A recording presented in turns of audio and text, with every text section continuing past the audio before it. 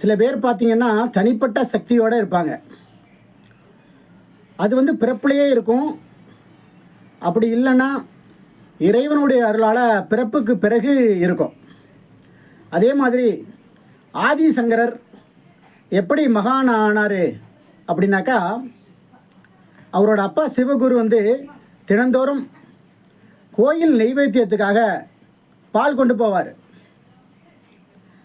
திரும்பி வர்றப்போ சொம்பில் கொஞ்சம் பால் திரும்பி எடுத்துகிட்டு வருவார். அதை வந்து சங்கரர் குடிப்பார். ஒரு நாள் வந்து சிவகுரு வந்து வெளியூர் போக வேண்டியிருந்தது. தன்னோட மனைவிகிட்ட வழக்கமாக சாமிக்கு நீ பால் கொண்டு போயிடு நெய்வேத்தியத்துக்கு அப்படின்னு சொல்லிட்டார். அந்த அம்மா கொண்டு போயிட்டு இருந்தாங்க. ஒரு நாள் அவங்களுக்கும் உடம்பு சரியில்லாமல் போயிடுச்சு. உடனே ஆதிசங்கரர்கிட்ட, அப்பா நீ தான் அப்பாவோட தினமும் கோயிலுக்கு போனீல்ல, இன்றைக்கி நீ போய் நெய்வேத்துக்கு பால் கொடுத்துட்டு வா அப்படின்னு சொல்லி சங்கரரை அனுப்புகிறாங்க. இவர் நேராக போகிறார்.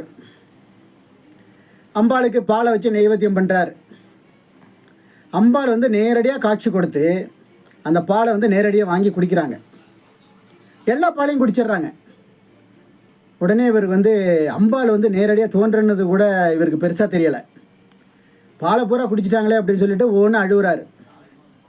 உடனே அம்பாள் காட்சி கொடுத்து தன்னுடைய மடியில் வந்து கிடத்தி ஆதிசங்கரருக்கு பால் கொடுக்குறாங்க.